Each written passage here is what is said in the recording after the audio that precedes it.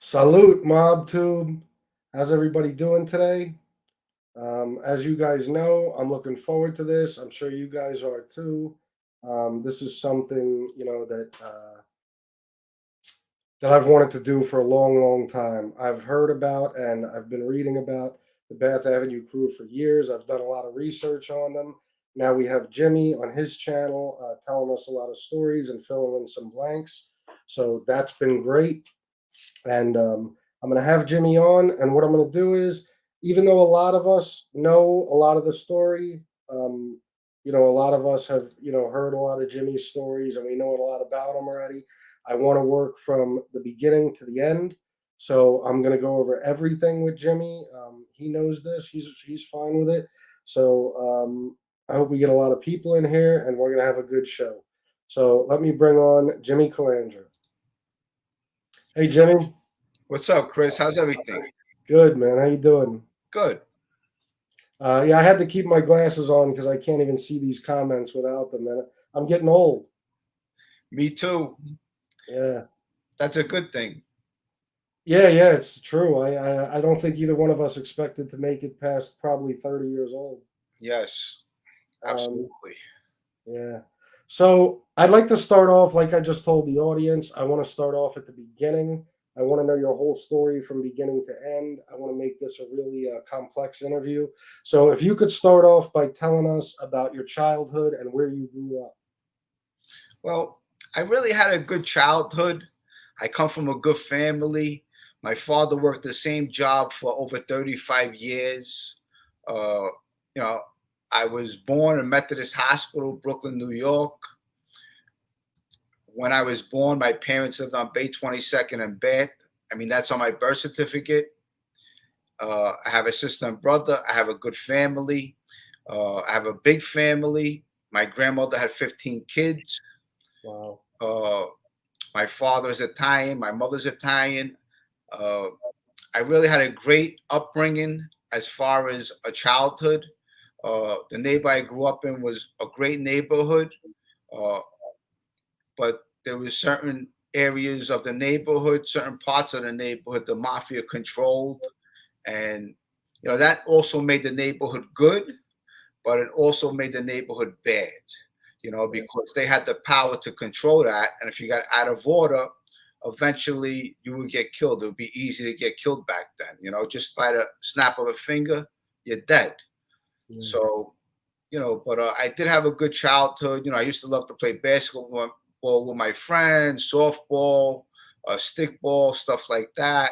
Back in the day, flipping baseball cards and playing Scully and stoop ball. That's how I grew up. A lot different than the way the kids grew up today. Oh yeah, I'll say it's nothing like it used to be.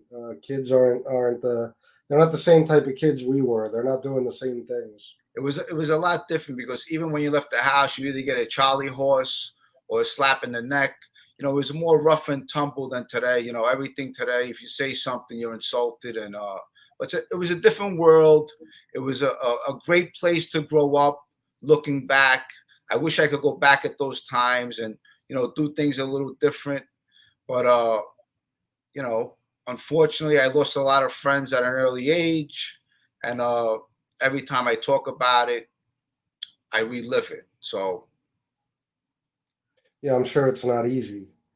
I wanted to talk next then about basically as a child. Just preteen years, around that age. Some of the friendships you made, people you were close with, other kids. I know Fabrizio lived in the same building as you. So if you could tell us about Georgie and some of the other kids you grew up around, that would be good. yeah, my original childhood friends were Georgie Adamo, Fabrizio Di Franzischi, uh, Albert Slavin. There was John Padone, some kid Damien that used to live on base 17th Avenue. Eventually he moved, and some other kid John Bauman, John LaBarca, Dean Benicillo, and then eventually John Polio moved to the neighborhood and he became friendly with us. Tommy Reynolds was from 15th Avenue. Eventually he came to the neighborhood.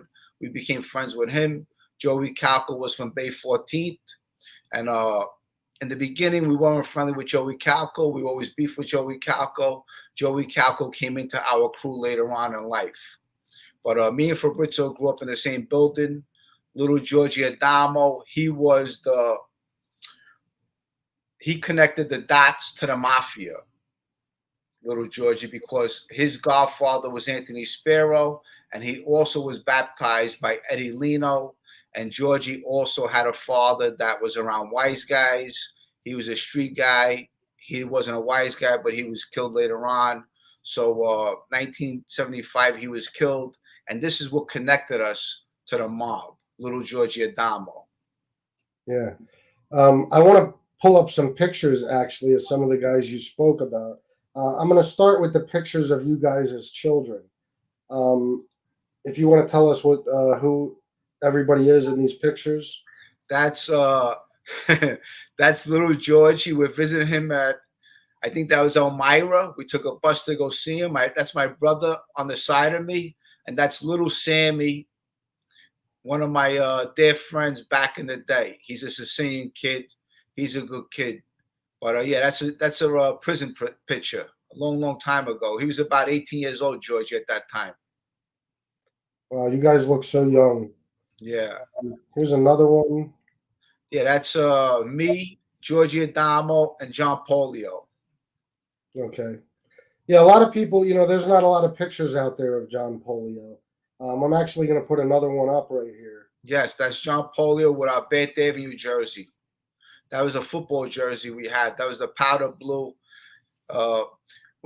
Every season when we played football, we would go to Joe Torre's on 13th Avenue, and Joe Torre's would make our jerseys. We would create the colors, and he would put our jerseys together. Like, we were always very excited about that growing up, getting jerseys every year, and they would be different colors. So yeah, those were nice times.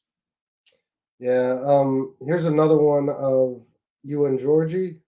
That's me and Georgie. There's a couple other people in this picture. This is a picture where Georgie actually has the Western beef hat on. This is when we were going to work with Mikey Scars de Leonardo. Mikey Scars wasn't a wise guy yet, but he was one of the better guys in my neighborhood. He would pick us up at all of our houses with his big Lincoln, and he would take us to work. And we would run the produce department. We would rotate the produce, and we would also fight with some of the kids in the neighborhood in East Orange, New Jersey. That's funny. Here's What we also used to do is we also used to like have tomato fights. We'd get tomatoes, and he'd be across like the way, and we'd be throwing tomatoes at each other. But it was funny because Frankie Castellano, it was his place. He loved us as young kids because we were wild little kids and we never listened. We were like the dead end kids. And he just got a kick out of us. When we were kids, all these guys had a good time with us and they got a kick out of us. Yeah. So even back then, even as little kids, you were causing havoc, getting in some sort of trouble, huh? Yeah, we were having fun. I mean, at that time it was fun. I mean, it was a kick to them, to the older guys. And listen, we didn't, this life, we didn't know what was about to take place and what was the future for all of us. If I knew the future for all of us, we probably would have took different paths. And unfortunately, it is what it is. Yeah. Here's another one, I believe, of you guys as children. This is a really old picture. That's Frank Amari in the number 23 or 22. And the guy that has his arm behind me is Sally Massimillo. He had a brother, Anthony Massimillo, that was a cop that was killed. He was a really good guy. But I know these guys all my life. And Georgie has the Pittsburgh jacket on. And actually, that blue jacket that I'm wearing, Frankie Amari, we used to have a Corvettes in our neighborhood. Frankie Amari stole that jacket from me. That blue jacket right there. Yes, we took that photo. But that's an old photo back in the day. We were maybe, I would say in that photo, 10, 11 years old. Yeah, I was gonna say you look very, very young. I think out Yeah. of all of them, it looks like this one might be the oldest picture. And Georgie at that time was smoking cigarettes. Oh, really? Yeah. That young, huh? I think That, I was too. So, um, yeah, when we lived in Glendale, I remember being 6, 7 years old, and I would steal cigarettes out of my mom's pack. She smoked Merit Ultralights, and me and this girl that lived above us, we would go to the corner. There was this old man that lived there, and he had real tall bushes, and we would hide behind the bushes and smoke cigarettes. that's what we used to do. I mean, I took a couple tokes of cigarettes, but I was the one that never got hooked on cigarettes. When I used to inhale, I used to get dizzy. So I Yeah, said, no, it wasn't for me. But my friends used to love to smoke cigarettes, you know. yeah, me too. Unfortunately, it's a bad habit to start. So here's another one. While we're talking about Georgie, this is actually him and Anthony Spiro. That's at Georgie's communion. He Sparrow stood in for Georgie, and he basically adopted Georgie after his father was murdered. And yeah, that's a picture at Georgie's communion. So you also said Georgie was connected to Eddie Leno basically as a child, right? Eddie Leno actually baptized Georgie when he was a baby. That's Eddie Leno right there. He baptized. He was very good friends with Georgie Crowbar, Georgie's father. And the guy Jerry Papa, I'm sure you heard of Jerry Papa. Oh yeah. He's the one who actually killed Georgie's father. You know, that's how the neighborhood was. Listen, the neighborhood at that time, it was a sick neighborhood. It's very hard to explain. If you come from the neighborhood, you understood the neighborhood. But people were getting killed left and right. You know, all these guys, a guy like Eddie Leno was a Mad Hatter, you know. Uh, Georgie's father was a Mad Hatter. These are guys that you're never going to see again. Uh, that's when the mob was the mob, you Yeah. know. So when did you guys like at what age around did you start to form a little crew? And who were the original members of that crew? The original members of the Beth Avenue group crew was Albert Slavin, me, Georgie Adamo, Fabrizio, John Padone, John LaBarca, and some kid Damien. Now, as we got older, then you had other kids that would come around. And when other kids came around, you know, we really didn't accept other kids. They would hang out with us for a couple of days.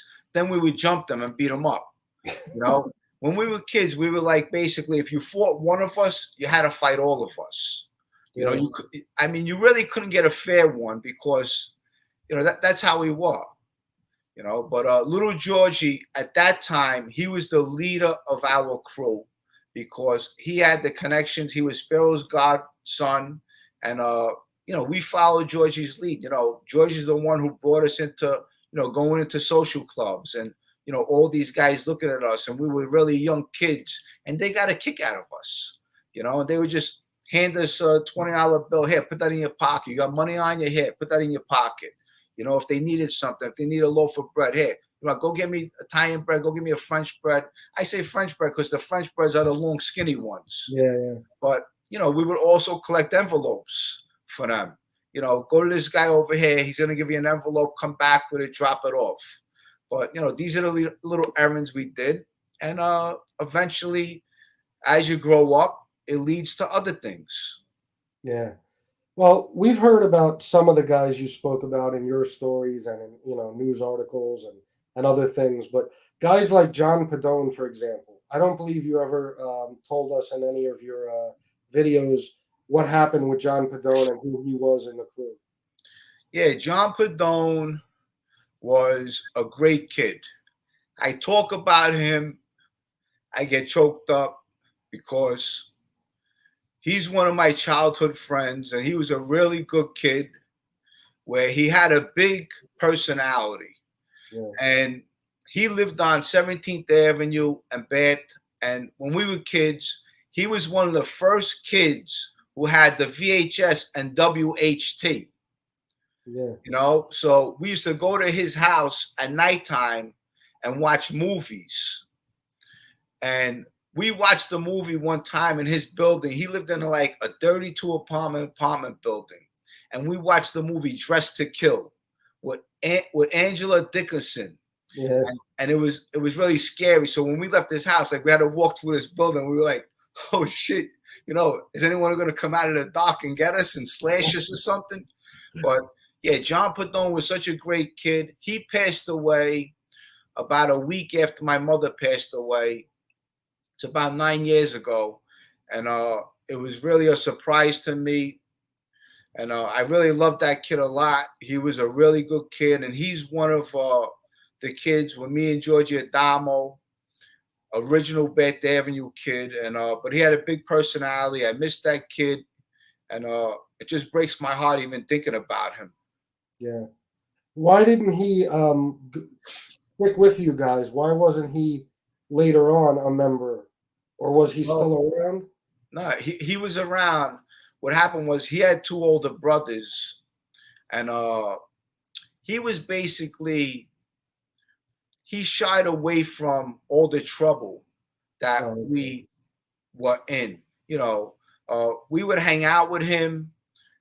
He would be in the bars with us. He had a big pot connection, and but when it got down to the trouble, he was just hanging out with some other kids on the avenue that were friendly with us. But he was a smart kid, and his brothers probably told him, what, stay away from them. They're getting a little too much involved in certain things. Yeah. So once you guys got into deeper and more serious crimes, he basically kept his distance to an Yeah, extent. him, and little Georgie Adamo, when we were kids, they actually caught the first case. They beat up some kid, and the kid ended up pressing charges on them. The kid they beat up at this time, they were maybe 13, 14 years old, and the kid pressed charges, and they had to go to court for maybe 18 months, 2 years, until they end up getting some kind of probation or something. But yeah, John Padone was definitely one of the original Bath Avenue kids. He had a great personality. He was a funny kid. That kid went to more Super Bowls than anybody. Really. Yeah, but he was a great kid. And when did you guys start? I've heard you say as teenagers you were doing things like bookmaking, running numbers, sports betting, stuff like that. What age around did you start to get into those types of crimes? You and your crew. Yeah, we that was probably in our teens. We started doing that. We started making bets. We got into making bets, and then Bobby the Chico came around with he had the phones, so we started gambling with him. Then we had the football tickets. We'd be passing them around, and but yeah, we started real young, uh, doing all that. I would actually lend out money to my friends, like Yeah, $100, and maybe charge $5 on $100 at that time. I would borrow money from Bobby the Chico and give it to my friends and charge $5 on 100. Not all my friends, a couple of my friends. There's a lot of kids I don't talk about. There's another kid, Richard Keenan. He ended up passing away, and but there's a lot of kids that are no longer here from that neighborhood. And yeah, that neighborhood was it was nice growing up, but the outcome of it was it's either you got hooked on drugs, you went to prison, you got murdered, or eventually, just like me, I had to cooperate to get out of my troubles. yeah. Um, yeah, it always turns out one of three ways usually. But when did it get to the point where it was, the five main members of the Bath Avenue crew, you, Joey, Paulie, Tommy, Fabrizio? When did it get to that point? And the two other guys that were obviously involved and had the numbers on their legs, Mikey Amin and Anthony Gonzalez, when did it get to the point where that was the Bath Avenue crew? Well, as we were growing up, we had pot spots, and we would get pot off a guy by the name of Georgie Conti. Georgie Conti was eventually he became a captain in the Lucchese crime family. But before he was a captain, we were getting weed off of him, and we had pot spots. So we would get pot from him. Say, for example, me, Polio, Albert Slavin, and Tommy Reynolds. Okay, we were partners in a pot spot. There's some pictures of us floating around, all four of us together on a corner. And we would go to Georgia and get pot off him. He would give us a quarter pound at a time. At that time, it was Thai stick, skunk weed, Sensimillion. That was really the good weed, Yeah. compared to the weed today. Now it's all medical weed and Blue Crush and all that crazy shit. Yeah. But the Thai stick used to be, tied around the stick, and it was really good. But now, say for example, we were partners, all four of us. Say me and John Polio went to go pick up the weed that day.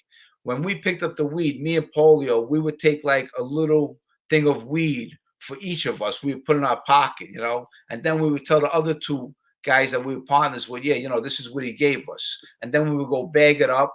We go to our corner and we would sell it. We would make a profit. We make a couple $100 a night as a profit. But that's how we started. John Polio is one of the kids who came later on. He was originally from Bay 50th.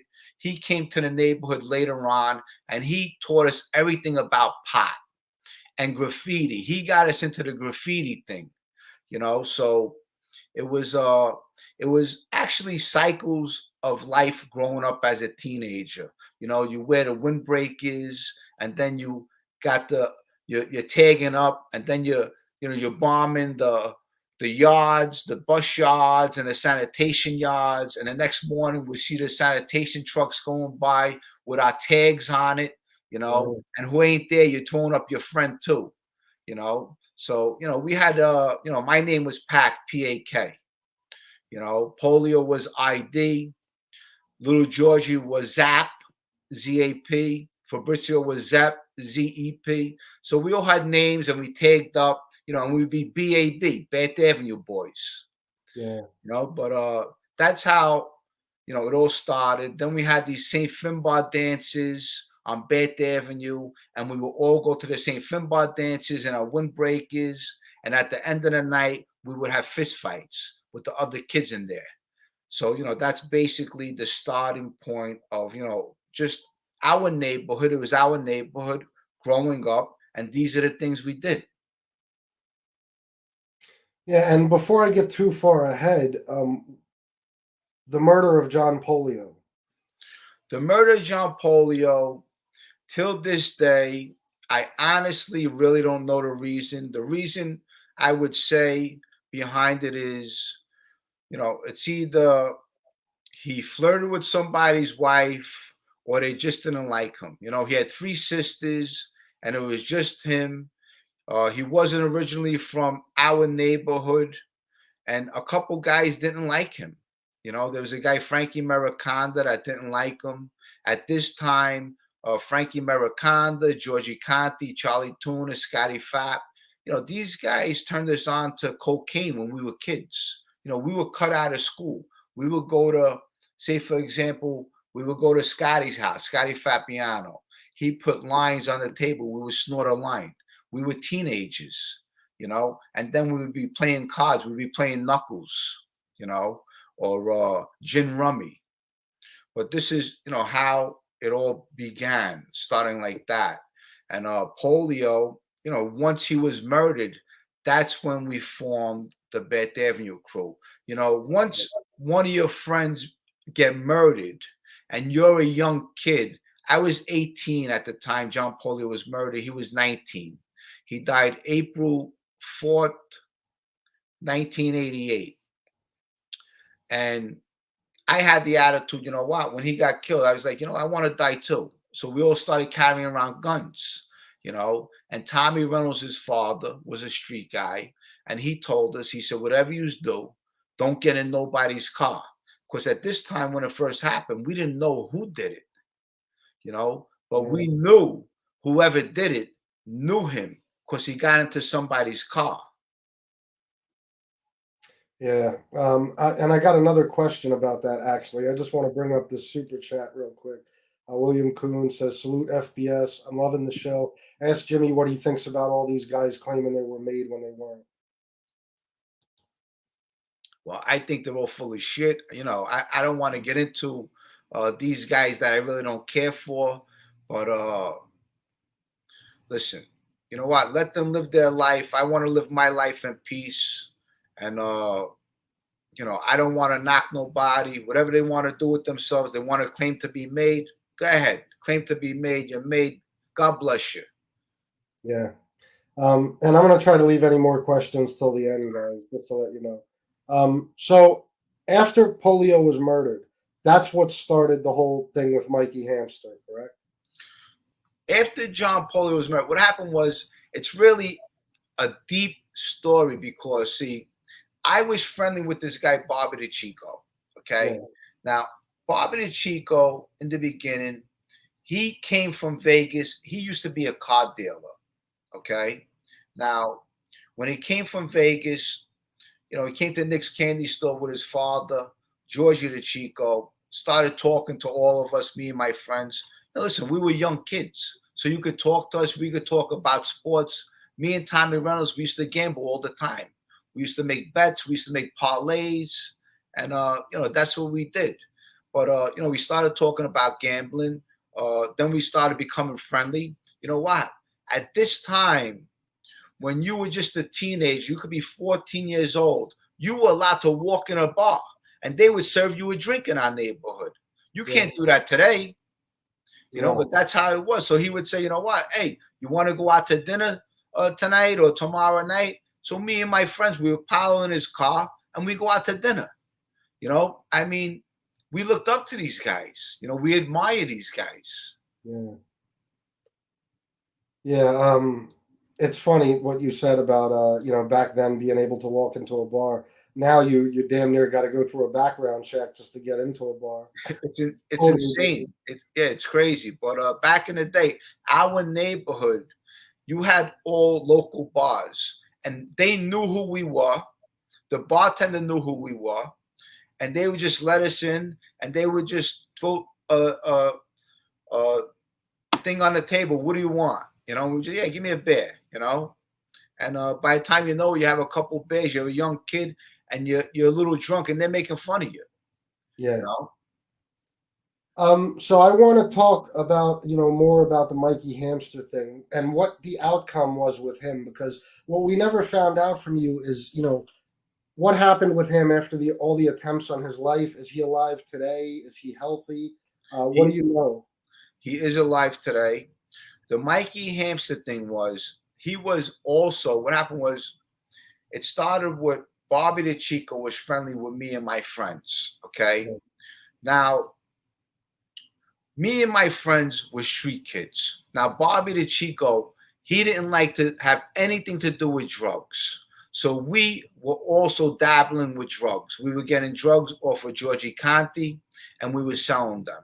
Eventually, I have a beef with Georgie Conti, and I tell Mikey Scars.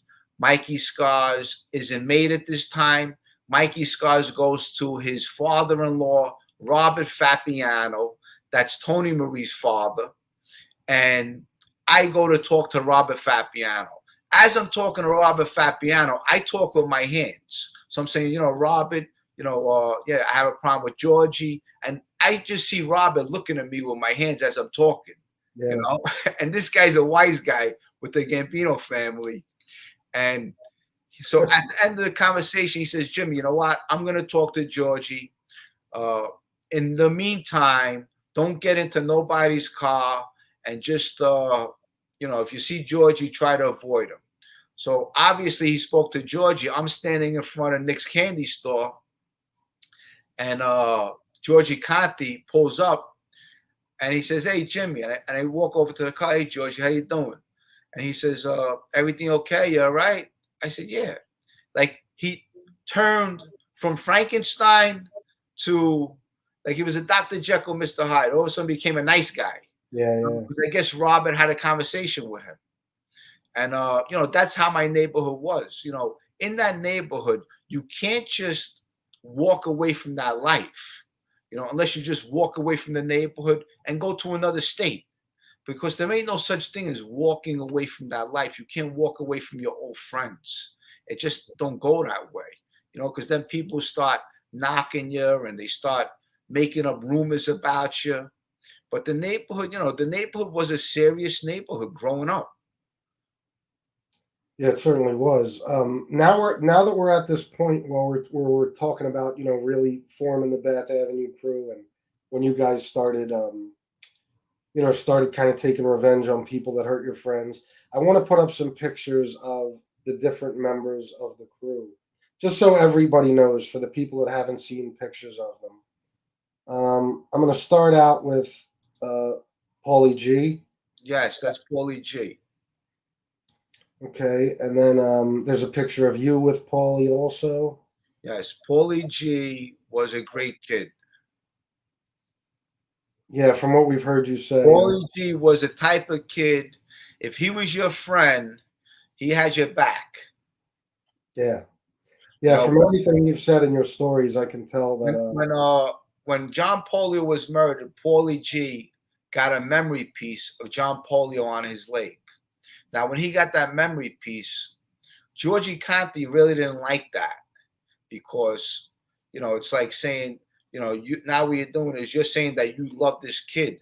You put a memory piece on his leg, you know, and Paulie G was an up and coming kid at the time, but there's so many stories behind the story.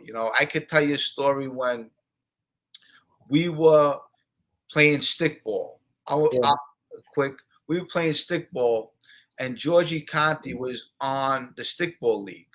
This kid that didn't know that Georgie Conti was a wise guy, he ends up slapping Georgie Conti. Paulie G jumps in, gives the kid a beating. And, that's how Paulie G was. Paulie G was a really good kid. It's terrible the way he went out, by his own friends. But I guess that's a part of that life. It's just something where, what, I could never kill my own friends. That's understandable. And that actually brings me to a question before I bring up more pictures, because I know people wonder about this. But what do you think as far as, what if Joey and Tommy said no? Said no to Spiro, that no, we're not going to do that to our friend. What would Well, have been the outcome? yeah. What the thing is, you're not gonna say no. Yeah. Okay. What you're gonna do is you could give Paulie G a heads up and say, "Listen, Paulie, they want me to kill you. We got to get the fuck out of here." We got to get out of here. If not, we're fucking dead. If not, we're going against these guys. And listen, eventually we're gonna die. Let's get the fuck out of here. Let's make time go by. But that didn't happen. They took the assignment, and it was probably maybe a little more than just pushing Sparrow. I'm sure somebody had green eyes as far as money. Paulie G at the time was getting 10,000 a week drug money, and we were dividing that money up. So someone had an idea, someone had a light bulb, and we were all loyal to Paulie G before we were loyal to Sparrow and Joe Benanti. Now you take Paulie G out of the picture, now we got to be loyal to you, you know, and that's how the mob works. So I'm sure it was more than just pushing Sparrow. There was a little more to it. There was also green eyes where there was money involved, So and Joey Calco, he ends up killing Paulie G, as we know, and he thought he was gonna get straightened out and get a button. Then he ends up killing the 19-year-old, and he has to go to Italy. Of course, they're looking for him. Who gets straightened out? Fabrizio Di Franzischi. And I would never ever think in my lifetime that Fabrizio would get straightened out. But I went away, and when I went away, Fabrizio was taking orders from me and Paulie G. When I come home, Fabrizio straightened out. But that's how quick, you go from a low to a high.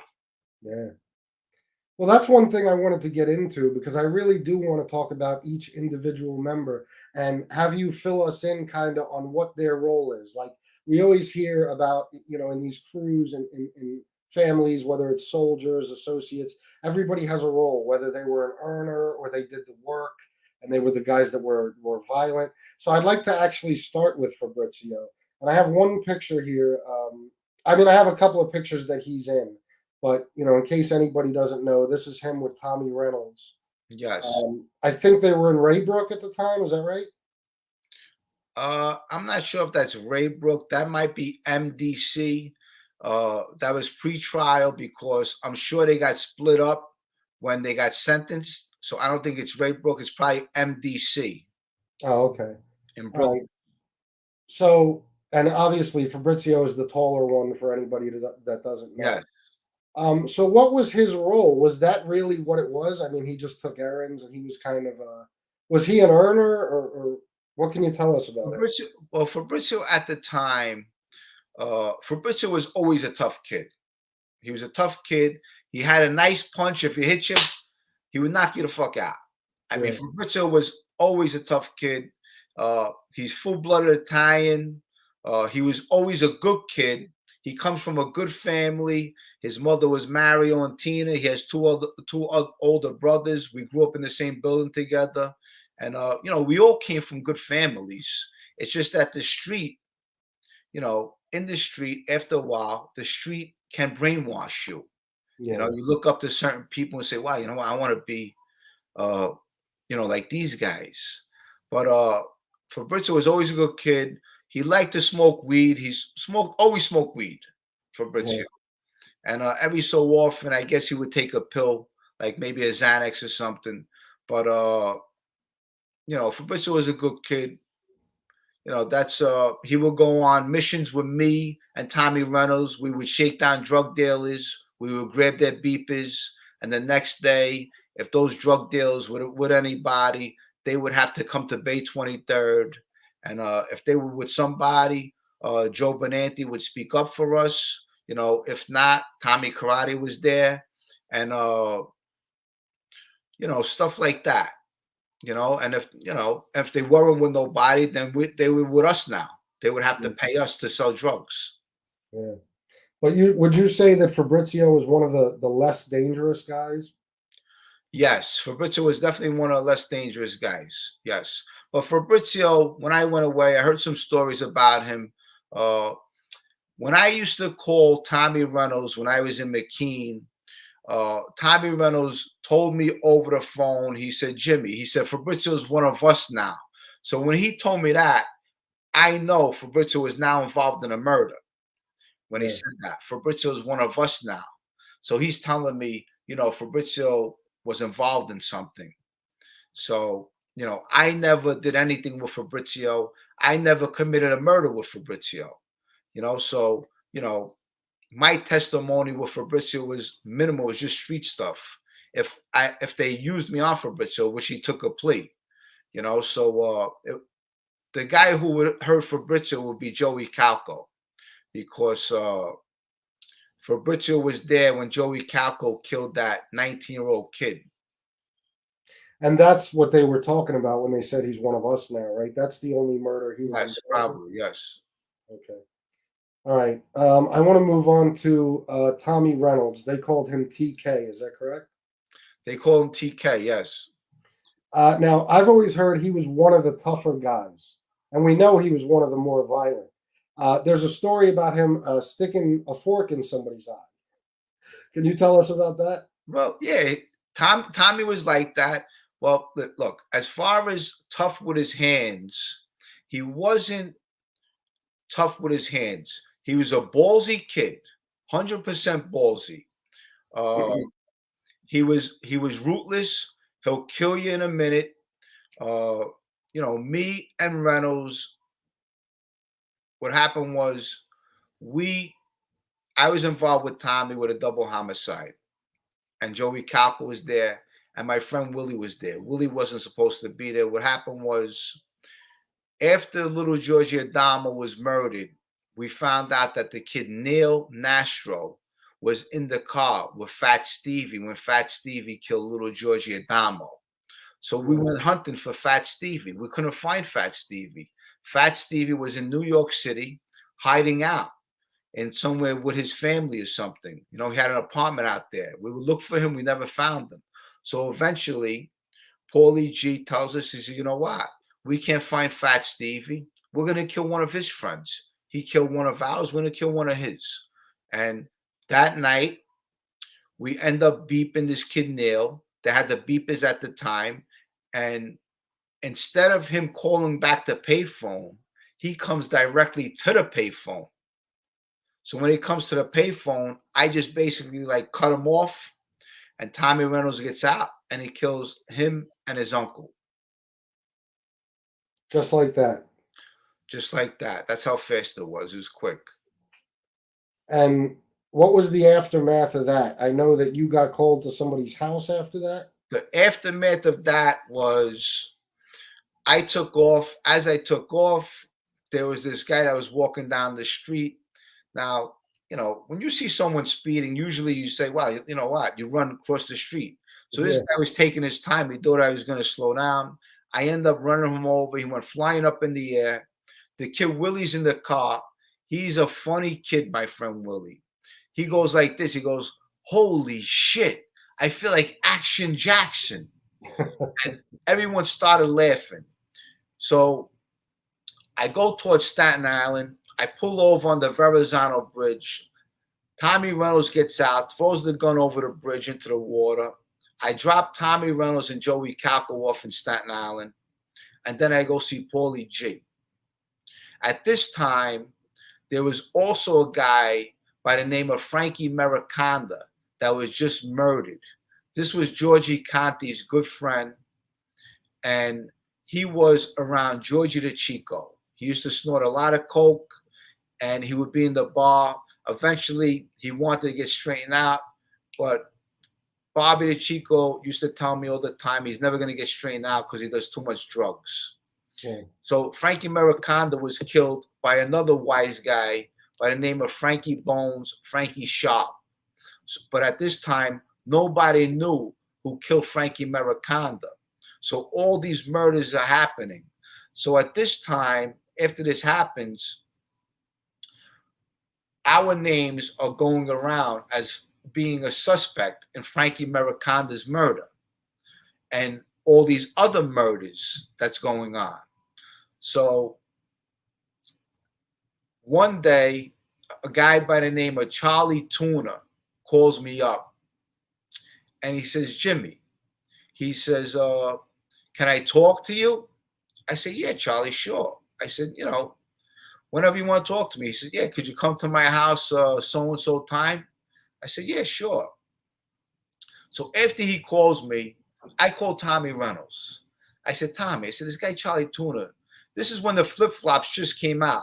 Okay, me and Paulie G were the first ones to have a flip-flop. And I go, Tommy, I said, this guy Charlie Tuna just called me. He wants me to go by his house. He wants to talk to me. So Tommy Reynolds goes like this. He says, Jimmy, don't go. Don't go. He's afraid of that little guy, meaning Georgie Conti. Yeah. He says, call Paulie. Make Paulie go with you. I said, okay. I said, okay, I'm going to call Paulie. He said, don't go. Whatever you do, don't go. So I called Paulie G, and I tell Paulie what's going on. I said, Paul, I said, this guy Charlie Tuna just called me. He wants me to go by his house. He has to talk to me about something. He says, Jimmy, you want me to come with you? I said, no. I said, I just want you to know where I'm going. I said, I got my pistol on me. You know, I always had a pistol. After John Polio was murdered, we always had pistols on us. Every day. We always had a gun. So I go by Charlie Tuna's house. I got my 380 on me. At this time, I had a Corvette. I double park it in front of his car, in front of his house, and I keep it started. Okay, because I know something's up. So I walk up maybe 3 flights of stairs, and there's a screen door where I look in the screen door, and Charlie Tuna is sitting on his sofa. Now, when you have someone come into the house, don't you usually greet them and open up the door and say, "Hey, Jimmy, come in"? So Absolutely. he's sitting on the sofa and he goes, "Hey, Jimmy, come in."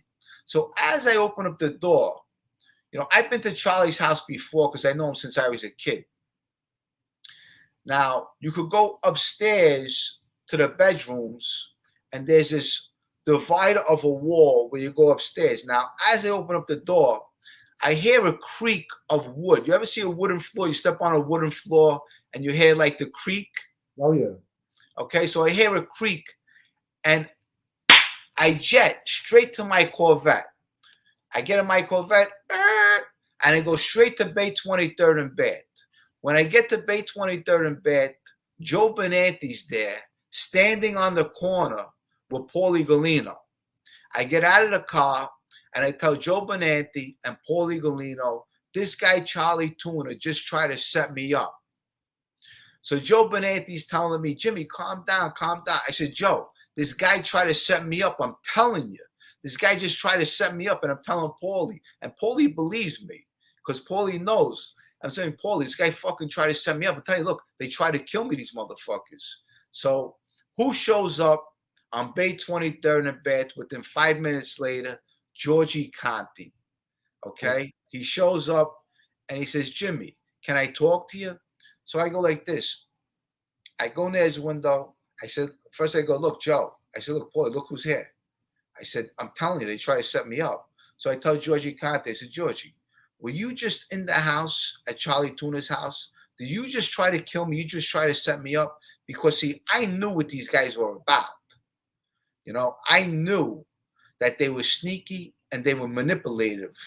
So I knew who they were, and I always knew who the killers were, and I always knew who the killers weren't. It was very important to know who the killers were in my neighborhood.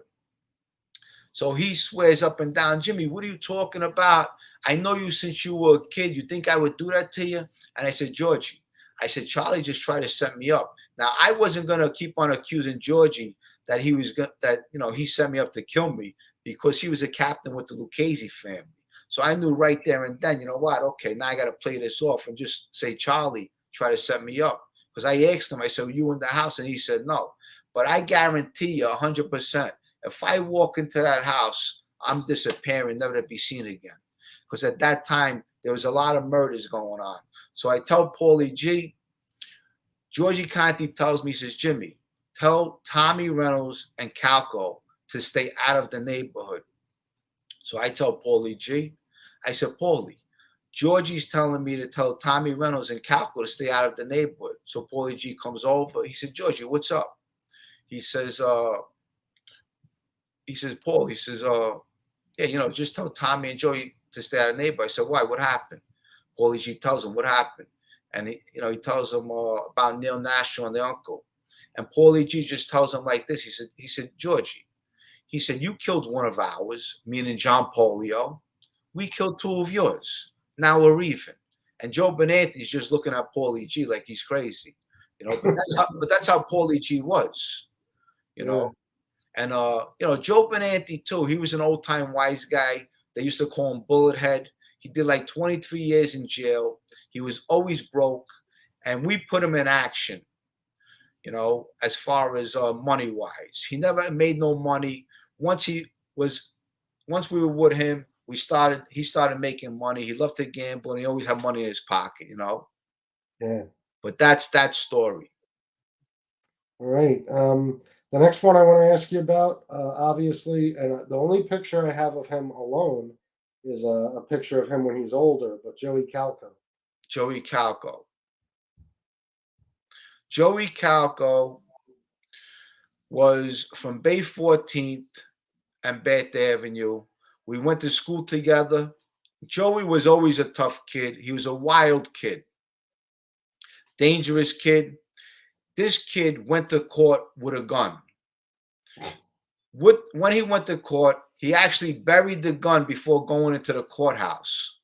When he came out, he went back to get the gun, and a bunch of cops rushed him and charged him and arrested him for a gun. That's how stupid he was. But he was a tough kid in the neighborhood, always fighting with people. He would fight with us.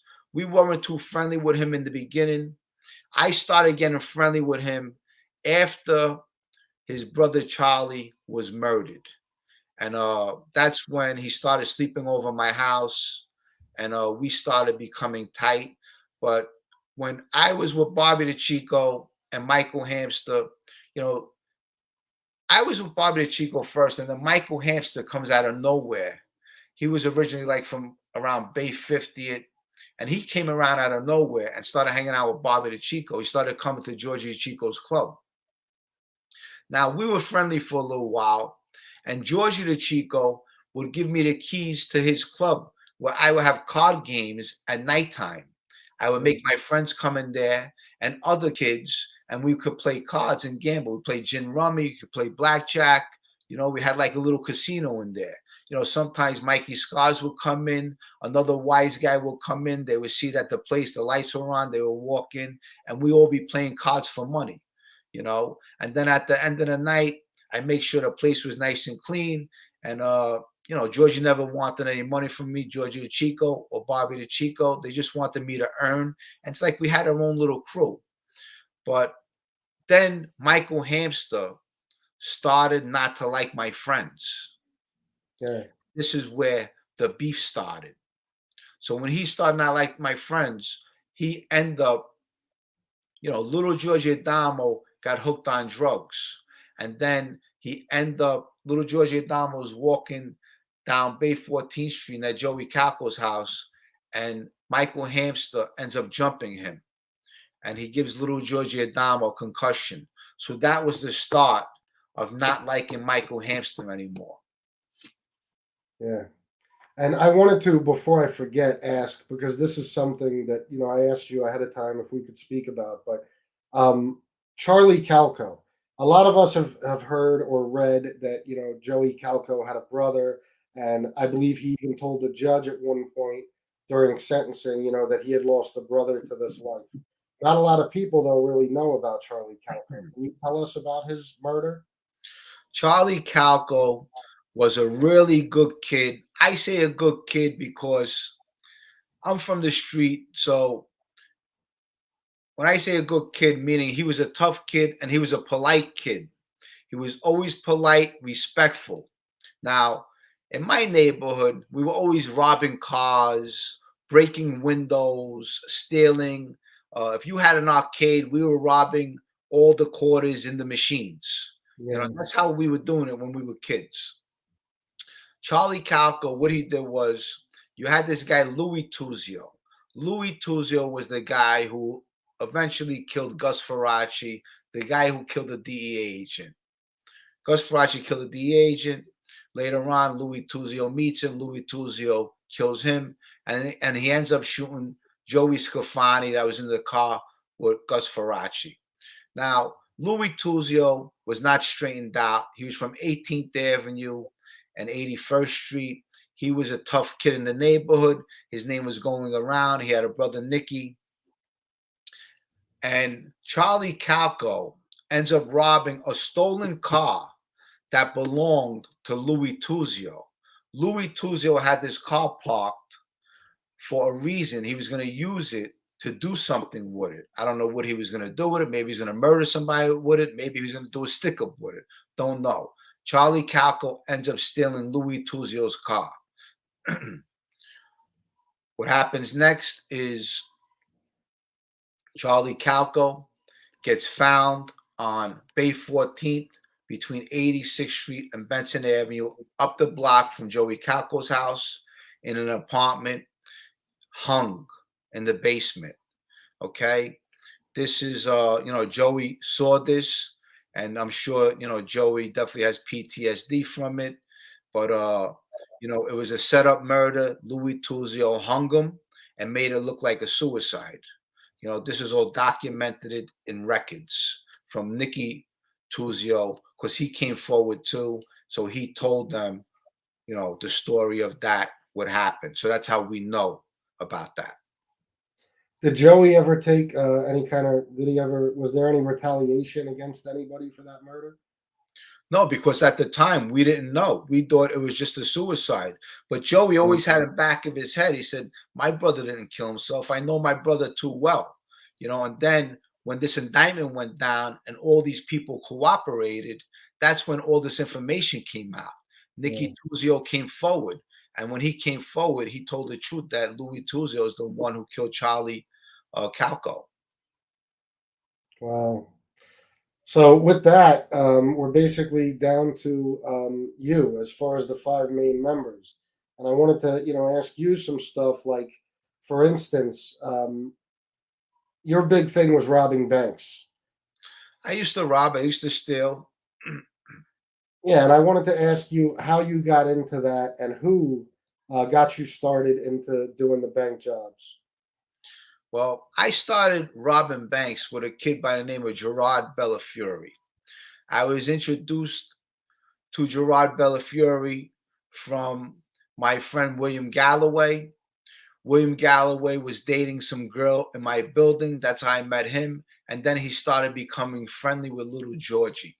Now, little Georgie used to love to smoke cigarettes at an early age and smoke a lot of pot.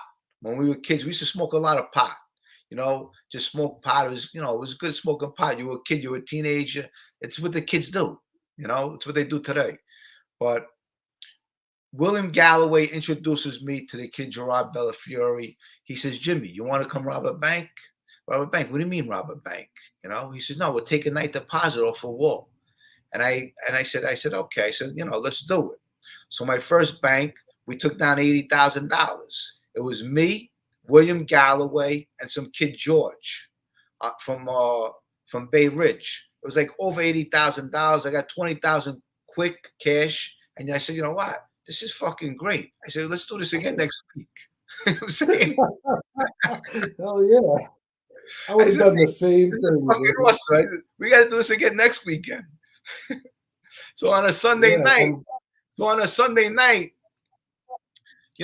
that's when everybody deposits their money. All the businesses deposit their money in the night deposit box, and they got all these canvas bags. So Gerard, that you got 4 screws on each side of the night deposit box. What you do is you pop open with screwdriver the tins. You got 2 pieces of tin. You pop them open, and then you got 2 uh, bolts. You got 4 bolts. You take those 4 bolts off.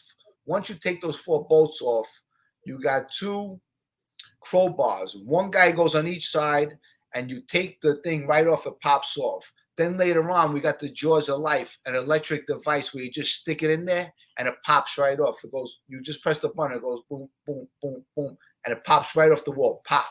And then you look in and you see all these canvas bags. They're like maybe 4 feet down. And you get a stick, and what you do is you put a fish hook on the bottom of the stick, like a broomstick, and you go fishing, and you grab the canvas bags, and it comes up with the canvas bags. You take it off, boom, grab another one, take it off, boom, grab another one, take it off, and by the time you know it, you just keep on making money. That's it. unbelievable. I wish I would have known about that when I was younger, Jimmy. I'm not gonna lie to you. um, all right, so I want to show some pictures here of some of the Bath Avenue guys. Oh, first, I didn't want to skip this. This, I believe, this That's is that's me when I was a kid. That's Gerard with the little mustache on his face, yeah, and William Galloway with the sunglasses. This is when we were robbing banks, and that's one of my suits, a green suit that I used to rob the banks with because it was dark at night, and I used to I try to blend in. yeah, yeah. That's funny. And That's an old picture. Willie, That's a long, long time ago. yeah, well, you can tell you're young. Yeah. Willie Galloway was called Applehead. Is that correct? He was called Applehead, and right now Willie is away. Yeah, He ended up catching a beef for something he did, something stupidity. But I spoke to him a couple of days ago, and he has a lot of stories. He actually drove Fabrizio to go get straightened out, but he's going to be home soon. So as soon as he comes home, he'll be on this platform talking to you guys about his stories, about when he came home and everything that he knows. So believe me, he's a funny guy. You're gonna laugh at him, but he has a lot of stories. And it's one story where, you know, he got arrested for the gun charge when he threw the shots in the air in front of the diner. And he did 9 months for that. Now, as he's doing the 9 months, I got picked up for a bank robbery. So I haven't seen Willie for a very long time. And but he was telling me, he says, Jimmy, so when I seen Willie in 98 when I came home, November 98, and Willie tells me, he says, Jimmy, he says, he says, I didn't know these guys killed Paulie. He says, when they first picked me up when I got home, I was in, their truck. They picked me up with a Ford truck. And I said, yo, I said, what happened to Paulie? What the fuck happened to Paulie? And all of them look at each other and they tell Willie, don't ever mention Paulie again. I mean, that's how stupid Willie was. I mean, he really didn't know much about this life. Yeah. He should never mention Paulie. Meanwhile, he said, what happened to Paulie? Meanwhile, everybody in the car that he's talking to, it was involved in killing him. So it's fucking crazy. Yeah, it is. I just want to take a second here to point out, because I know you've had these numbers before, but I haven't. We have 640 people watching live right now. Good, nice. Yeah, and I just want to, I'm sorry? Hey, guys. Yeah, and I just want to say, for any of you that are not my subscribers, please subscribe, hit the like button, because I'm hoping today to hit 3,000 subs. So if some of you aren't already subscribed, please go ahead and do that. I would appreciate it a lot. Guys, guys, if you can, subscribe to the Fat Ball Sicilian.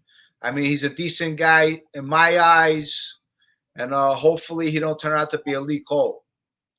Yeah, you don't have to worry about that. I know that. I know that. Don't worry.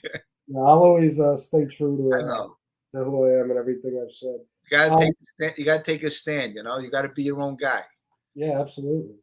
So I want to pull up just a couple of pictures. This one we know everybody that's in this picture.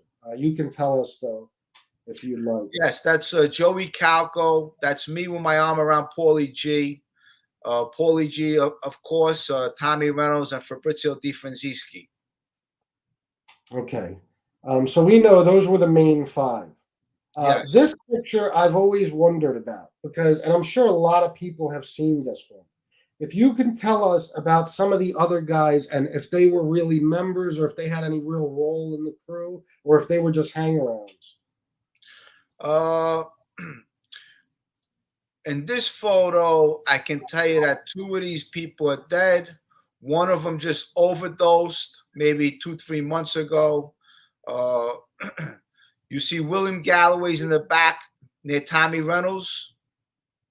Right behind Paulie G is William Galloway hiding his face. Paulie G has his arm around Albert Slavin. Behind Albert Slavin is Carlo Di Giacomo. He's actually the kid's house that I ran to with the bank robbery. And that's the time I got pinched. Next to Albert Slavin is a kid by the name of Mario Russo. He was from my neighborhood. Every so often he would hang out with us, but he was basically solo, hanging out with, he had friends all over the place. I'm behind Mario Russo. Next to Mario Russo is Joey Calco. Behind Joey Calco is Dean Benicillo. 8 is enough. He flipped in 8 minutes. Next to Dean Benicillo is Fabrizio Di Francischi. And next to Joey Calco is the kid Johnny Smash. He just passed away a couple months ago. Rest his soul. Okay, it's good to know that because I always wondered about everybody that was in that picture. Yes. So the other two guys, everybody asks about them. I see it in my comments. People have written me. They want me to ask you about Mikey Yamin and Anthony Gonzo Gonzalez. What can you tell us about those two? Michael Yamin and Anthony Gonzalez were very tight with Paulie G. They were basically Paulie Jean's goons. I mean, they were both nice kids. They were the type of kids, if Paulie G told them to do something, they did it. They ran some errands for Paulie G. They sold maybe some cocaine for Paulie. Paulie G made them make some money. But in the neighborhood, they weren't bad kids. They were the kid Mikey Amin was a little botched. The kid Anthony Gonzalez was a little smarter than Mikey Amin. But Paulie G really liked them, and he wanted them to get a number. When we got the numbers on our legs, the first ones to go was me, Tommy Reynolds, and Paulie Galino.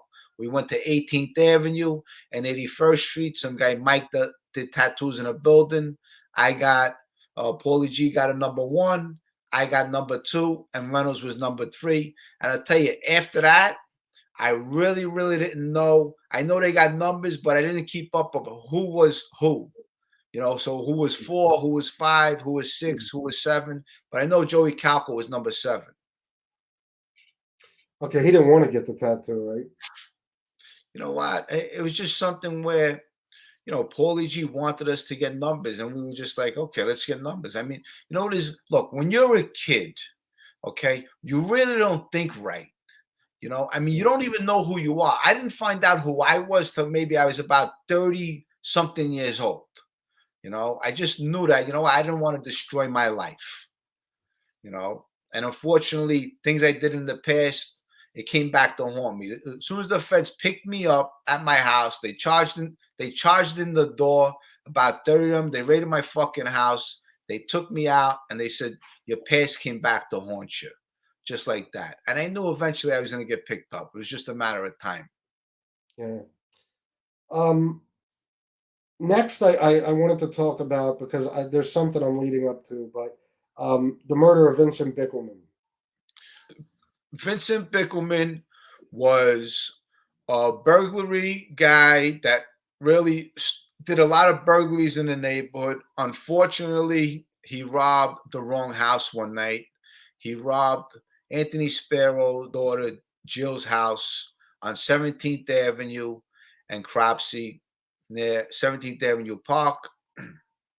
What he did was he stole a piece of jewelry. The jewelry had Jill on it, Jill. He went to a jewelry store in the local neighborhood, and the guy in the neighborhood saw the piece and he recognized it. And he probably asked the kid, where'd you get this? The kid probably had to show ID. And, Sparrow found out who the kid was. We got the order to look for this kid. We kept on looking for him, scouting the neighborhood. Eventually, Paulie G is driving around with Albert Slavin and Joey Milano down 19th Avenue. They're smoking a joint. Paulie G looks, he says, oh shit, there's Vincent Bickelman. He tells the kid Albert Slavin to pull over, and he tells Albert, keep on going. He says, don't stop, keep on going. And he jumps out of the car, and he runs up to the kid Vincent Bickelman, shoots him 5 times, and kills him right off the corner of 19th Avenue and Bat. Right on the corner from 19th Avenue and Bat is the 6-2 precinct. So, that's how ballsy Paulie Galino was. After he kills him, he gets in touch with me near the Greg's Inn. He walks right near the Greg's Inn, and he tells me what happened. And he says, Jimmy, he says, I just did this with the kid. Albert Slavin was in the car. He says, I'm letting Sparrow know that you were with me because I want you to get recognition for this too. So the next day, we went to Joe Benanti and Sparrow. We told him, yeah, we took care of that thing. Paulie G said, Jimmy was with me, and I got the credit for that too. If you go to Mob Over Miami, the original book, they got me shooting the kid Vincent Bickelman because that was the information that the kid Mikey Amini gave them when Mikey Amini first came forward, that I was at the Vincent Bickelman murder, which I wasn't at the Vincent Bickelman murder. Yeah. And it's funny when I only took credit for it because in the street, you get credit for it. This way later on in life, you know what? you get straightened out that way. Yeah. Yeah, I just something funny that I caught when you said about the kid Joey Milano in the car.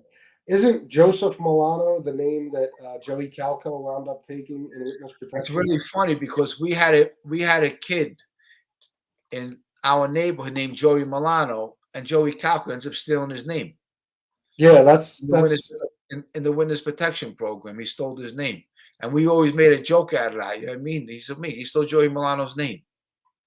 yeah, it's funny that he would do that. I didn't think about it until you just said about him being in the car, but You can't make this shit up. no, you really can't. It's insane. Yeah. So, all right. So now we know about the Bickelman murder. The next thing I want to move on to, and this is obviously a very important part of your story and the story of the Bath Avenue crew. The night of February 18th, 1993.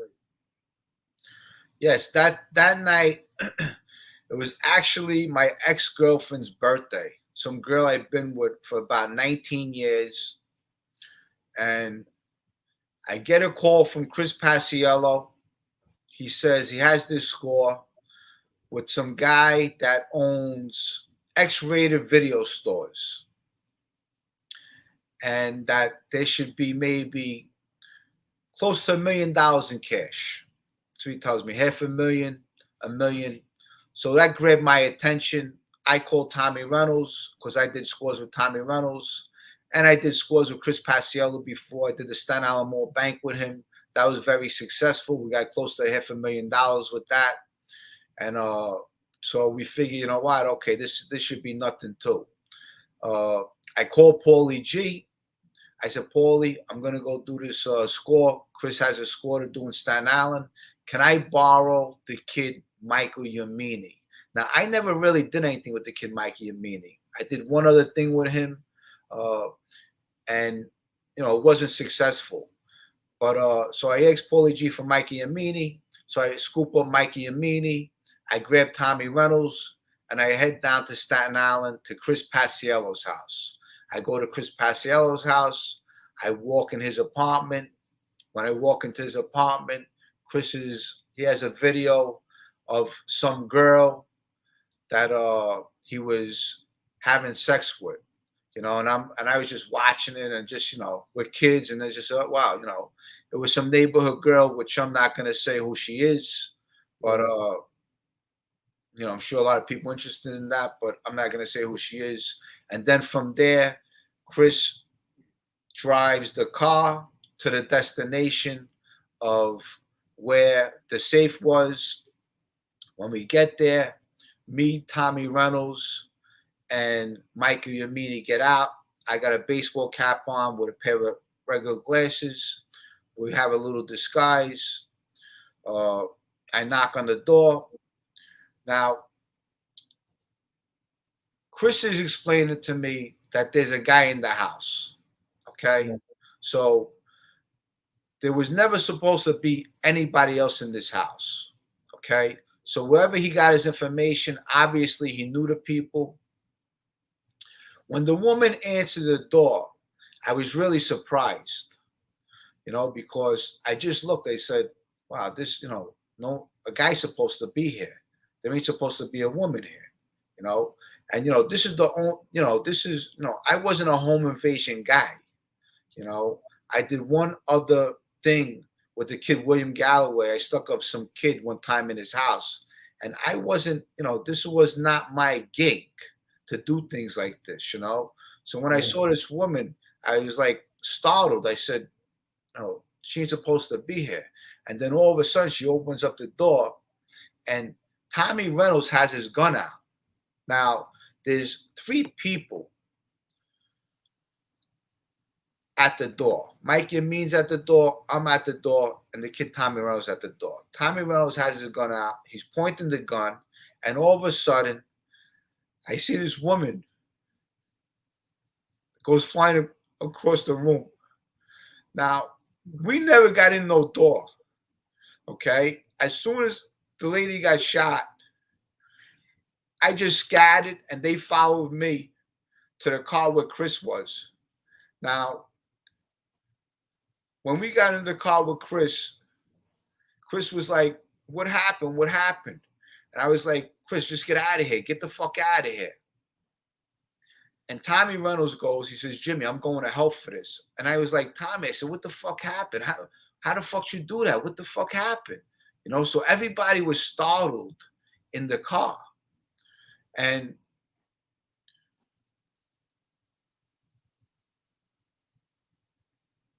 we end up going to Chris's house. I drop him off. I head back to Brooklyn. I stopped in the middle of the Verrazano. Tommy Reynolds throws the gun over the Verrazano Bridge. And I go see Paulie G. I drop Reynolds off and the kid Mike and Meany. I go see Paulie G. I tell Paulie G what happened. And Paulie G just goes, he said, "What the fuck did Tommy do? How the fuck did he do this?" You know? And, you know, that's what happened. And a couple of days go by.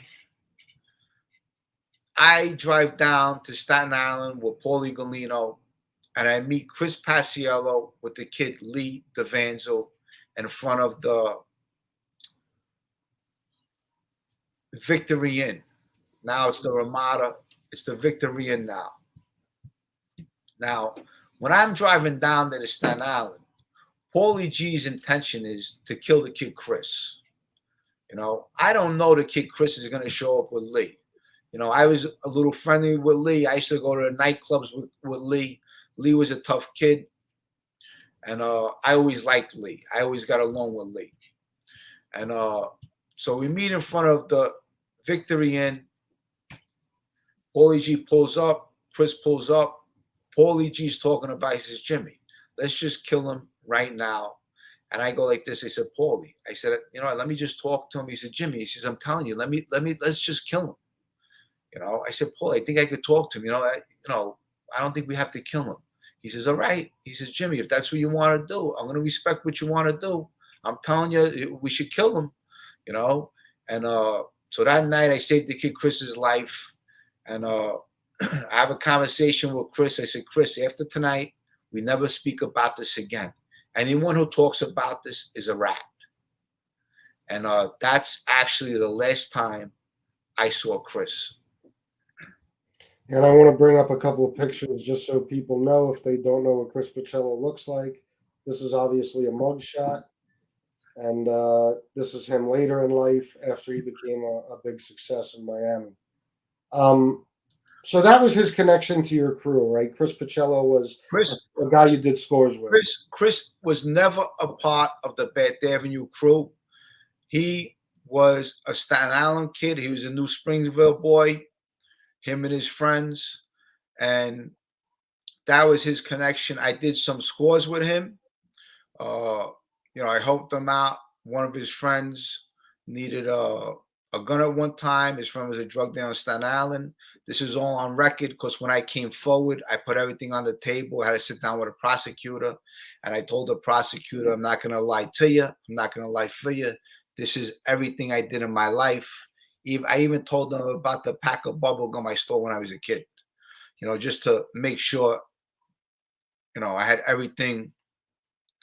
I was done with it. So, but Chris was not a part of the Bath Avenue crew. And, Chris did not also sign up for, that night. We had no intention of ever hurting a woman. That affects me to this day. I'm sure it bothers him too. And, unfortunately, Tommy Reynolds is doing 50 years for that. We all cooperated, me, Chris, and the kid Mike Yamini. I got 8 years for that.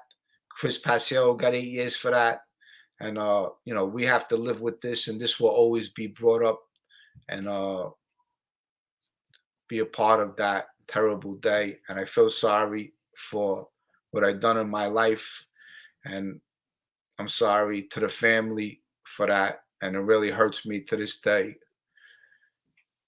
Yeah, we can always see the emotion in your face when you tell that story. The next big event was the murder of Paulie Galino.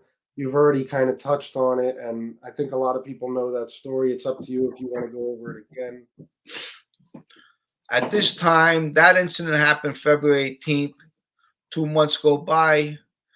May 10th, I end up doing another bank robbery. I end up getting caught for a bank robbery. They picked me up on May 10th. As I'm in jail, Paulie G, I'm calling Paulie G. He's going to my mother's house, and he bought me a nice chain with a Christ head on it that I did my whole bid with. And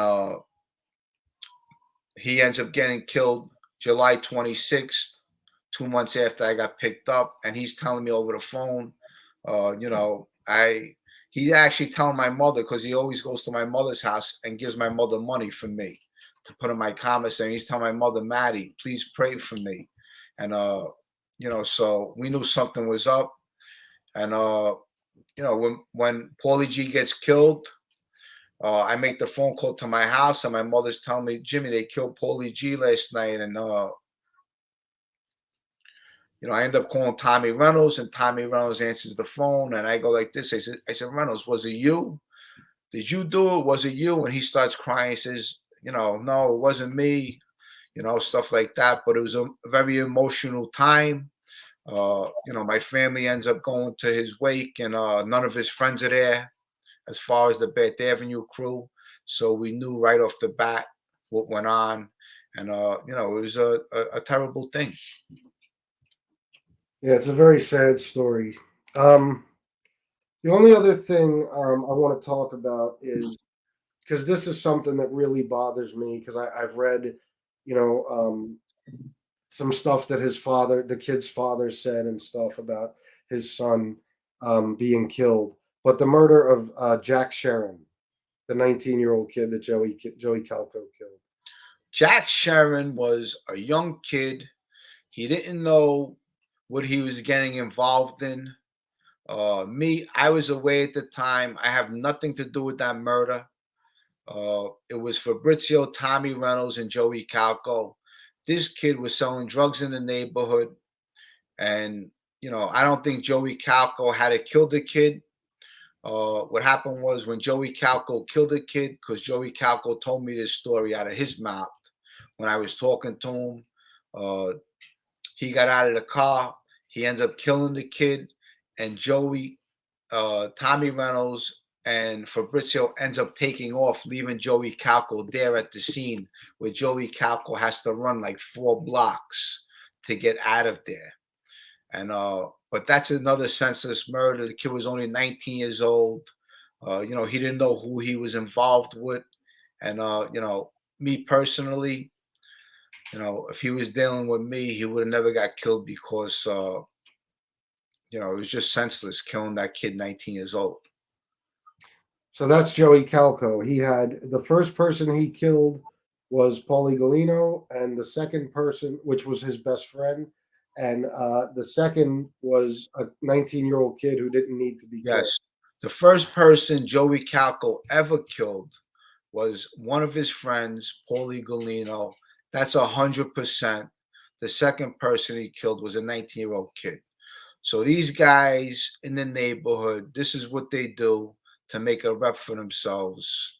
And, unfortunately, a lot of people, family pay the price, and they're the ones that cry at the end, because that life is just a dead end. Yeah, it is.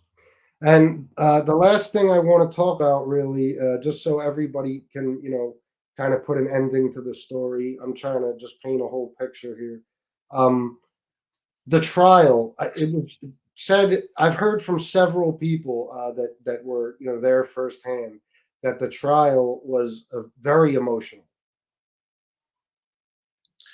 Well, what trial are you talking about? Well, I mean, the ending, basically, when everything with Spiro and with Yeah, Tommy yes. Reynolds Well, sentencing. Fabrizio and Tommy Reynolds, they took pleas. So the only trial that was Anthony Spiro. Anthony Spiro was the only one who went to trial. So, when I testified against Anthony Spiro, I'm going to be very honest with you, because I'm an honest guy. I looked right in his face, and I just did my testimony. And basically, all these guys I haven't seen in so long, meaning Joey Calco. There was some other kid, Mike DeRosa, that testified on his trial, and a few other people. Al Diaco testified on his trial. I'm sure they brought in some big wigs too, you know. So anything I said was corroborated to Joey Calco, and I wasn't involved in the Paulie Golino murder. So Joey Calco was definitely the main guy to testify against Sparrow because I wasn't around for Paulie Golino. You know, I just testified about the Vincent Bickerman murder. Paulie G killed Vincent Bickerman because he robbed Anthony Sparrow's daughter's house. So, you know, my testimony was basically that. You know, it wasn't nothing compared to Joey Calco's, where he got an order from Sparrow to kill Paulie Golino. Yeah. Maybe it was the sentencing of Tommy and Fabrizio that they said That was emotional. The sentencing of Tommy Fabrizio. You know, look, unfortunately, Fabrizio copped out to 35 years. Tommy Reynolds copped out to 50, and you know, the victims' families were there. So, you know, everyone is emotional. It's a sad thing. Nothing good comes out of this, whether you're going to jail, whether someone passed away. You know, everyone is hurt. You know, the person going to jail, their family's hurt. The person, the victim, their family's there. So there's nothing good that comes out of it. It's all sadness at the end of the day. There ain't no happiness. You know, that's why I always say there ain't no happy endings in this life.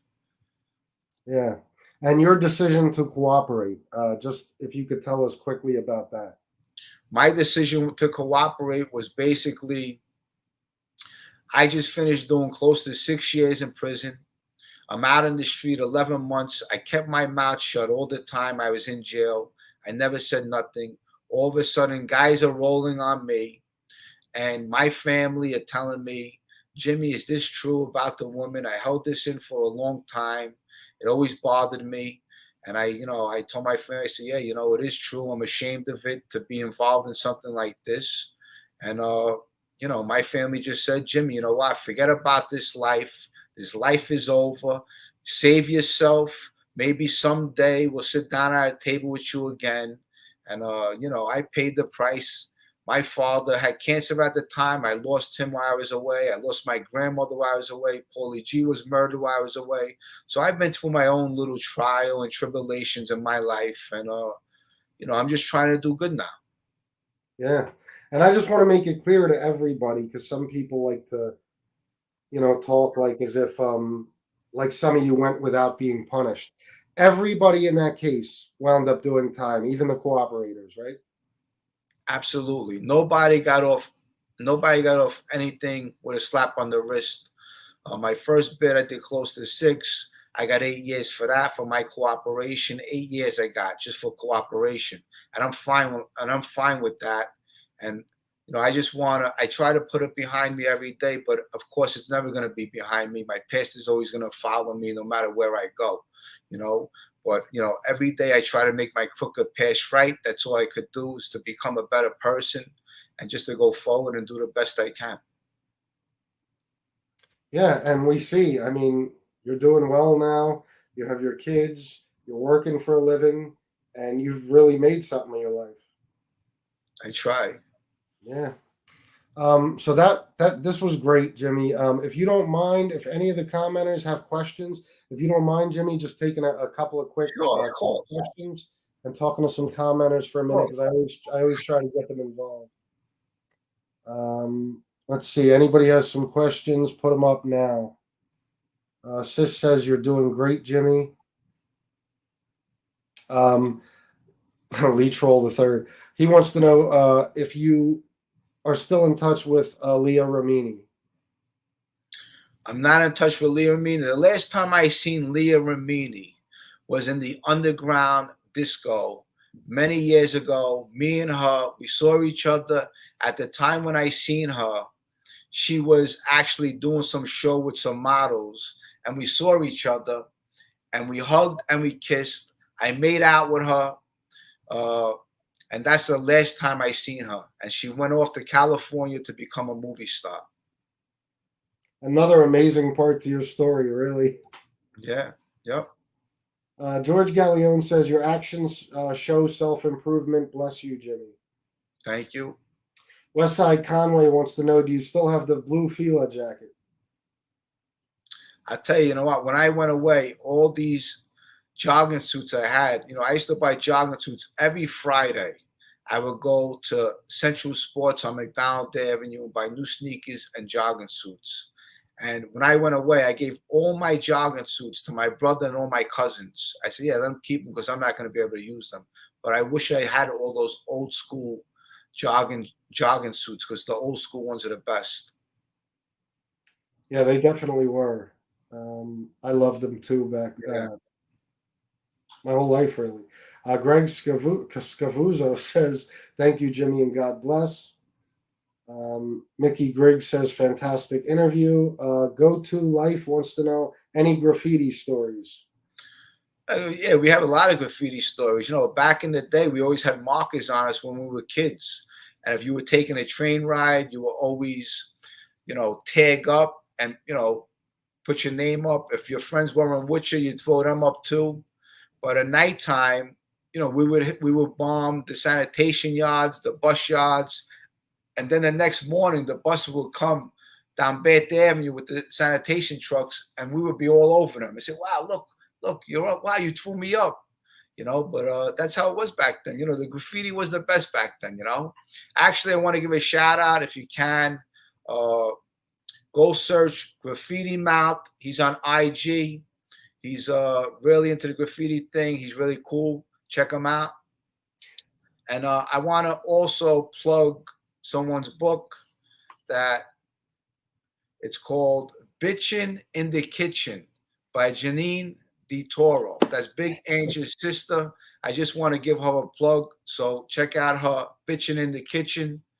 I just want to help people, if they're looking to do something with themselves and their life as far as, selling something. Check out that book, Bitchin' in the Kitchen. Is pretty cool. And it's Big Angie's sister. So check it out. Yeah, definitely. Cleveland Corleone says, "Thanks for coming on, Jimmy. How did you hook up with FBS?" Well, I hooked up. I don't even remember how I hooked up. I think something with a shirt. I'm not sure. Yeah, the first connection was my wife had actually emailed you and asked you to send me a shirt for. I think it might have been for Father's Day. And I sent you a shirt. Yeah, yeah. You Right? sent me I sent you a shirt. And then we just, I don't know. Then from there, we started talking. And, he seemed pretty sincere to me. And, then we became friendly. Yeah, absolutely. Sheldon Colbert, this is a funny question. He wants to know, Jimmy, have you ever heard of Anthony Raimondi? You know what? It's funny you asked this question because I watched this video the other day with you and Stacks. And I have to say, listen, you know what? I like the kid Stacks, okay? Because I believe in second chances in life. And if someone has issues in their life, I believe that Stacks is trying to fix his life and do better in life. And I hope he gets to reform a relationship with his daughter because that's very important. Now, this guy, Anthony Raimondi, he did mention, I think, Angelo Sabe. Yeah. Angelo Seppi. He mentioned Angelo Seppi, and the girl who got killed with Angelo Seppi is Joanne. Okay. Now, Joanne's brother, John, had an aquarium on Bath Avenue between Bay 16th and Bay 17th. So I knew Joanne when they killed Angelo Seppi and Joanne on Shore Haven Apartments in the garage. That was in the early 80s, 81, 82, around that time. Now, I looked at this guy. Now, I can't say that his whole story is bullshit. I think some of his story is true, but I think he's making himself out to be more than what he was. Yeah, you don't. I mean, Other than that, you've never heard his name, right? I Never think. heard of him before. Who knows? He might have changed his name. I don't know. But when he mentioned Angelo Seppi, now Angelo Seppi was a fucking crazy man back in the day. He was a major cokehead. He loved to do cocaine. And Joanne, she had more balls than him too. I mean, she used to carry a pistol. So, but this is the time when the Lufthansa heist went down, and then they killed Angelo Seppi, and she was in the car. They killed her too in the Shorehaven Apartments in my neighborhood. So I do remember Angelo Seppi when he mentioned Angelo Seppi, but this guy I never seen him before. But a couple of things he says I remember, but I think he's making himself to be more than what he is. Yeah. But I don't think he's a wise guy, 100%. Yeah, no, me neither. And I knew that question was going to come up in this chat. Rick Laponte says, Jimmy, I really think you're a stand up guy. Wishing you the best. Thank you. B.O.B. Chillin says, Chris, ask him about the reality show he was doing. He said it was coming back. When? What reality show is he talking about? Yeah, I'm not sure either. I don't know. JC West Coast says, nice, Jimmy. Martin Verzani wants to know this is a good question because I want to know too. Any new info on a Bath Avenue movie? Well, you know what? I would love for that to happen. I had a lot of conversations with some people, but unfortunately, Hollywood is another crime family, and they want everything for free, and I'm not looking to give nobody nothing for free as far as my life rights. But if anyone's out there, they want to reach out, I'm easy to find. I would love to do a Bath Avenue movie, a Bath Avenue series. That would be great because it'll really, really be dope to do something like that. Absolutely. Thin Gray Line says that's what a real gangster is, admitting one's own faults, trials, and tribulations, accepts responsibility, and is remorseful for their actions. Everyone deserves a second chance. Respect, Jimmy. Thank you. Respect to you. Cuban B wants to know. He says Herbie Sperling funny story. I guess he's asking if you have a. Herbie Sperling was a true blue gangster. I loved Herbie Sperling. Herbie Sperling in Lewisburg Penitentiary, they have the movie theater there. And every weekend, we would go up to the movie theater and watch movies. Friday nights, Saturday nights, and Herbie Sperling had the two front rows. The front row and the second row was Herbie Sperling's. He would slap me with a stack of napkins, and he would go like this, Jimmy, go upstairs and put the napkins on the first two rows. And I would walk the red top with Herbie Sperling, and Herbie Sperling got nothing but respect in Lewisburg Penitentiary. He was a Mad Hatter and a stand-up guy, and I had the pleasure to be in his company. Even Matty Madonna to this day, no matter what they call me, no matter what, I love those two guys. They showed me the way of doing time, and I respect them forever. Yeah. Nick Pietro asks FBS, can you ask him where he did his 8 years after cooperating? I did my 8 years basically in the hole, and I went to Allenwood. Allenwood was, they have a unit over there with other people that cooperate. So I was in the hole and I was in that. I only stayed in one spot. I didn't go shuffle around. I was not a problem child. And that's basically where I did my time. Yeah. Okay. Let's see. Billy T said, ask Jimmy about the Bay Parkway boys. The Bay Parkway boys were a bunch of rough kids. They were tough kids just like us. They have a lot of murders. They were around the Colombo crime family. They did a lot of things. They killed some of their own friends, and they killed a judge. I think they killed a police officer. They were really serious guys. They were, and we had beefs with them. Paulie G put the kid Richard Greaves in a coma. He, he didn't like him. Paulie G killed the kid OJ. Me personally, I was friends with OJ's sister Rafif. And when this happened, I didn't know it was coming from Paulie G, but Chestnut and Paulie G, they were wilding out back in the day. That's how it was. You made a name for yourself in the neighborhood. That's how you got your respect. Unfortunately, you know, there's another side to that coin where, you got to pay a price and, you kill, eventually you're going to get killed. You live by the sword, you die by the sword. Nothing good came out of none of this. A lot of families cried, and it's just, it's a sad story. Yeah, very. Um, this is a good question. I wonder this too. Johan Hermans wants to know: did you know the Gemini twins, Testa and Center? I did not know them. I heard a lot of stories about them, but personally, I did not know them. But I knew Nino Gaggi. He was from my neighborhood, and Nino Gaggi was a gangster, and he was a class act. But we used to shovel his house when we were kids, and he was very particular of what he wanted done. He wanted to make sure there was a path through the driveway, in the driveway from the door. But he was a character, Nino Gaggi. Yeah. Here's another one. What did Tommy Karate sound like? Tommy Karate had a voice where everyone says it was Mickey Mouse. To me, it wasn't Mickey Mouse. It was more uh, like he would talk like this. Yeah, read me this article, like that. Something like, yeah, yeah, all right, yeah. So that's how Tommy Karate sounded. Yeah, I always heard that about him. Um, Bob Chillin says, "Ask Jimmy if he knows Lou Ferranti." I don't know Lou Ferranti. No, I don't. Never met him. All right, well, I'll tell you what, Jimmy. I'm not going to keep you on too much longer. You gave me an hour and 40 minutes. You have no idea how much I appreciate this. This is something, like I said, I've read your story and been researching your crew for years. So to me, this is amazing. I appreciate you doing this because I know you don't do many interviews, and I know you've turned a lot down. So I just want to thank you. Well, I promised you this interview a while ago.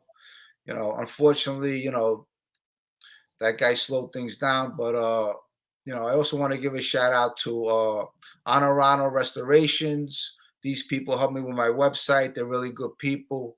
They they send me a lot of love. Like I said, Graffiti Mouth on IG, check him out. And Michael Bickens from Philadelphia, that's my guy out there. He gave me a lot of respect, VIP seats at the Art of War. And basically that's it. All right. Well, yeah. Like I said, I appreciate it. Thank you so much. I usually stay on for a little after interviews and just talk to the commenters and stuff. So I'll let you go. But again, thanks. And this was a fantastic interview. So you don't know how much I appreciate it. Well, today, hopefully you get over 3,000. Yes, that's what I'm hoping for, and I think it's going to happen. It's looking that way already. All right, guys. Listen, to all my supporters, to all the good people out there. I love you people. Thank you for supporting me and sending me the love right back at you, man. I appreciate you. Yeah, and thanks again, Jimmy, and I'll talk to you soon. Talk to you soon. All right. Bye, Jimmy. Bye.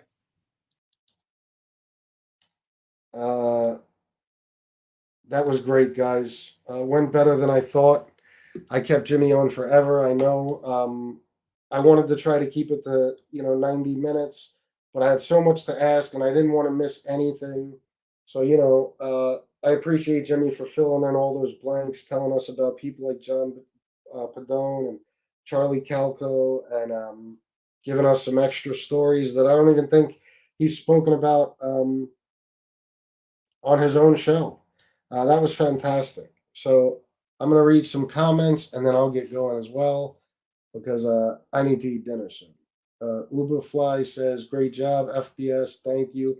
Michael McDonald, that was dope. Thank you. Richard Betancourt, thanks, FBS. No, thank you. Thank you for watching. Miss Can't Be Wrong says, "Really enjoyed it." Edward Everett, 2 awesome days, bro. Thank you, man. Gunsmoke the Don, that was awesome. Art Kunkel says, "Good dude." Um, let's see. Nino Shabetta, that was dynamite. Thank you, man. These Nuts BK says, "Great job." Martin Rizzoni, great one, FBS. Callie G's, You did a great job, man. You also did not bring up certain negative people who have channels that are jealous. I'm proud of you, dude. Awesome. Yeah, that's something I want you guys to know. You know, people expect that when I do these interviews that right away I'm going to bring up a light. I'm going to try to trash people and stuff. That's not what this was about. This was about Jimmy's story and the story of the Bath Avenue crew. It's something you got to understand that, I've been waiting a long time to do. I never thought it was going to happen. Well, before I started this channel, it never even occurred to me that I'd get to interview Jimmy someday. But I've done a lot of research on their story. I think it's one of the most fascinating stories, of that time in that life. So, I thank you guys too for showing up. I think we were up to like 710 people, something like that. Just amazing. So, thank you to all you guys, and thank you to everybody that's subscribing and liking the video. I'm up to 2,994 guys. So who knows? Maybe by the time I get off, I'll be at 3,000 subscribers. Um, let's see what else some of you guys have to say, and then I'm going to go. Neil Costantino says FBS killing it. Thank you. I have you guys to thank for any kind of success I'm having on here, or any of these experiences I get to have. It's all thanks to you guys. So you're all my heroes. Trust me. Joe Mags, 1980 says good stuff. FBS. Mickey Griggs. That's what you call asking the tough questions. Yeah, I get uncomfortable asking some of these things, and you could see Jimmy breaking down when he was telling that story. So it's hard for me to do, but if I'm gonna, find out the story of the Bath Avenue crew for you guys, you can't leave certain things out. And Jimmy told me before, ask me anything. So got to give it to him.